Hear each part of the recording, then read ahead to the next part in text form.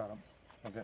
గత బుధవారం నేను ఒక మీడియా సమావేశాన్ని ఏర్పాటు చేసి ఈ గోనుమాకలపల్లి కౌండన్య నది ఇసుక గురించి తెలియపరిచినాను. మీకు చెప్పినట్టుగా, మీకు తెలియజేసుకున్నట్టుగా నేను బెంగళూరు నివాసిని. నేను బెంగళూరులో ఉంటాను. మా నాన్నగారు పలమనేరులో ఉంటారు. మాది గోనుమాకలపల్లి. గత 2-3 సంవత్సరాలుగా ఇటువైపు రాలేదు. అంతకుముందు వచ్చినప్పుడు ఇది ఏరు నీళ్ళతో మంచిగా బాగా పారేది, జలజల అని అంతా బాగుండేది. ప్రకృతి అంతా చాలా ఆహ్లాదకరంగా ఉండేది. ఈ 3 సంవత్సరాల తర్వాత ఈ ల్యాండ్ని అమ్మేద్దాము, మనం ఈ పక్కు రావడం లేదు అనే ఉద్దేశంతో కొనుక్కునే వాళ్ళని తీసుకొని వచ్చినప్పుడు ఇసుక లోడతా ఉంటారు. ఆ వాళ్ళు ఇసుక లోడతా అనేది వాళ్ళ ఇంటి కోసమంట, వాళ్ళ సొంత దీనికి. మాకు ఇది తెలియకుండా ఇదంతా చూసేసి మాకు బాధేసి ఎంతో ఆవేదనతో బాధతో మేమేం చేసినామంటే ప్రస్తుతం ఉన్న ప్రభుత్వాన్ని బ్లేమ్ చేస్తూ మాట్లాడినాము. తరువాత ప్రస్తుత మన ఎమ్మెల్యే అమర్నాథ్ రెడ్డి గారిని కూడా మేము మార్క్ చేసినామంటే ఆయన ఆధ్వర్యంలో అనేది జరుగుతూ ఉందని మేము ఊహించుకొని మాట్లాడినాము. అది చాలా తప్పు. ఎందుకంటే మళ్ళీ పల్లెల్లో విచారించిన తర్వాత అంతా ఏమని తెలిసిందంటే ఇప్పుడు జరిగింది కాదు, నాకు తెలియదు కూడా ఇక్కడ ఏం విషయాలు జరుగుతూ ఉండేది అనేది నాకు తెలియదు. ఇక్కడ ప్రభుత్వము ఇసుక ఇండ్లకు వాడుకోవచ్చు ఫ్రీగా అనే సిస్టమ్ పెట్టినారంట. చాలా మంచి సిస్టమ్ అది. అది మాకు తెలియకుండా నేను వీళ్ళే లోడేస్తున్నారు, వీళ్ళే చేసేస్తున్నారు అనే ఆందోళన చెంది ఇదంతా చూసి బాధేసి ప్రస్తుత ప్రభుత్వాన్ని మరియు మన ఎమ్మెల్యే అమర్నాథ్ రెడ్డి గారిని పాయింట్అవుట్ చేసినాను. అందుకు నేను క్షమాపణ కోరుకుంటా ఉన్నాను. మళ్ళీ విచారించగా గత 30 సంవత్సరాలుగా నా స్నేహితుల ద్వారా వాళ్ళ ద్వారా తెలిసింది ఏమంటే గత 30 సంవత్సరాలు 40 సంవత్సరాలు ఆయన రాజకీయ జీవితంలో ఉమ్మడి జిల్లాల్లో ఆయన యొక్క దీంట్లో ఎటువంటి మచ్చ కానీ ఎటువంటి ఇది లేదు అని తెలిసింది. ఆయన చాలా ప్రజలకు అందుబాటులో ఉంటారని, ప్రజల కోసం మంచి చేస్తారని, ప్రజల కోసం ప్రాకులాడతారని విన్నాను. కాబట్టి నేను చేసిన తప్పుని సరిదిద్దుకోవాలని మిమ్మల్ని అందరినీ ఇక్కడ ప్రవేశపెడుతున్నా. మీ ద్వారా మన ఎమ్మెల్యే అమర్నాథ్ రెడ్డి గారికి, అమరన్నకి బేషరతుగా క్షమాపణ కోరుకుంటున్నాను. క్షమించమని అడుగుతున్నాను. ఎందుకంటే అటువంటి మంచి ఎమ్మెల్యే మనకు ఉండాలి. మన బాగోగులు చూడాలి. దాని తరువాత ఎప్పుడైతే ఇది అయిన తర్వాత మళ్ళీ నాకు విషయం తెలిసి వచ్చిందంటే ఆయన ఇమ్మీడియట్లీ యాక్షన్ తీసుకొని సంబంధిత అధికారులకంతా తెలియపరిచి ఇప్పుడు ప్రస్తుతానికి ఇక్కడ ఎటువంటి ఇది లేకుండా ఇదిగా ఉంది. సో కాబట్టి అందరికీ నేను కృతజ్ఞతలు తెలుసుకుంటున్నా. ఒకవేళ నా వల్ల ఎవరినన్నా నేను ఇబ్బంది పెట్టినా, ఎటువంటి ఇది ఉన్నా నన్ను క్షమించవలసిందిగా బేషరతుగా క్షమాపణ కోరుకుంటా ఉన్నాను. కిరణ్,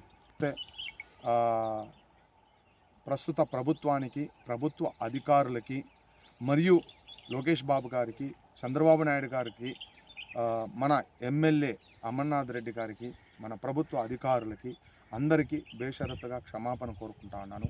నన్ను క్షమించండి. ఎందుకంటే పూర్తి వివరాలు తెలుసుకోకుండా బాధతో నేను ఇంతకుముందు వీడియో చేసినాను. తెలిసిన తర్వాత ఇది చాలా మంచి స్కీము. ఇసుక ఓన్లీ ఇండ్లకు వాడుకోవాలనేది. కాబట్టి ఇటువంటి మంచి స్కీమ్లు మళ్ళీ ప్రభుత్వం తీసుకొని వచ్చి కంటిన్యూ చేయాలా.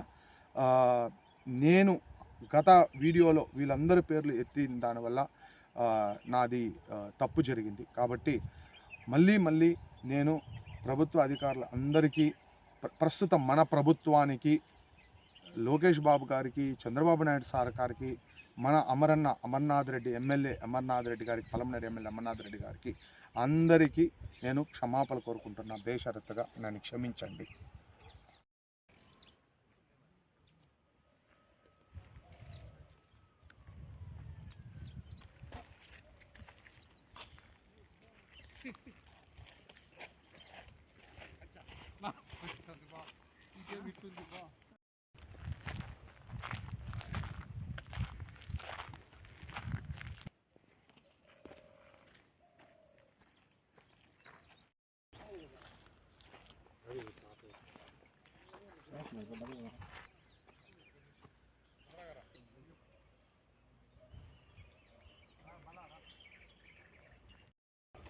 విలేకరుల వారికి నా నమస్కారము. ఏదో ఒక తప్పు జరిగిపోయింది, ఏదో మీరు విలేకరుల వారిలో క్షమించాలా, గత పై ప్రభుత్వము పై అధికారులు అందరూ మమ్మల్ని క్షమించాలా. ఏమిరా అంటే ఇట్లా వచ్చేసి మేము ఏదో పలమనేరు గోనుమహనపల్లి వాసిని, పలమనేరు గోనుమహనపల్లి కూడా గోనుమహనపల్లికి వచ్చిపోతూ ఉంటాను. వ్యాపారాలంతా పలమనేరులో ఉన్నాయి. కానీ ఏమిరా అంటే మాకు తెలియలేదు. మొన్న ఏదో బెంగళూరు నుంచి నేల కొనేదానికి ఏదో పార్టీని నా కొడుకు పిలుచుకొని వచ్చినాడు. అప్పుడు నా కొడుకు కూడా నేను వచ్చినాను. ఇక్కడ గోనుమహనపల్లిలో ఉన్నా కానీ భూముల తొట్టు వచ్చేలేదు, పంటలు పైర్లు బలంగా చేసేలేదు ముందు మాదిరి. వచ్చి చూస్తున్నాము. ఆ పార్టీని పిలుచుకొని వచ్చినప్పుడు ఆ పార్టీతో కూడా వచ్చి చూస్తే ఇసుకెత్తుతామన్నారు. ఇదంతా ఈ కుప్పలు ఇవంతా చూసి మాకు కడుపు కాలిపోయి మనసుకు బాధ వేసి, ఎప్పుడో నేను అప్పుడు చూసినప్పుడు ఏరులాగా బాగుండింది, ఇప్పుడు చూస్తే అంతా కుప్పలు ఇదిగా ఉంటే మనసుకు బాధ అయిపోయేసి, అప్పుడు అనగానే ఒక ట్రాక్టర్ ఉండింది. ఆ ట్రాక్టర్ వాళ్ళు ఈ మాదిరి అమ్ముకునేకి తోలుతూ ఉండారనే ఉద్దేశంతో అని అరిసేసి ఏదో మిమ్మల్ని పిలిచి ఏదో మీరు ఆ సమయానికి వచ్చినారు, ఆ సమయానికి మీరు వస్తే మిమ్మల్ని మీకు ఏదో చెప్పేసినాను.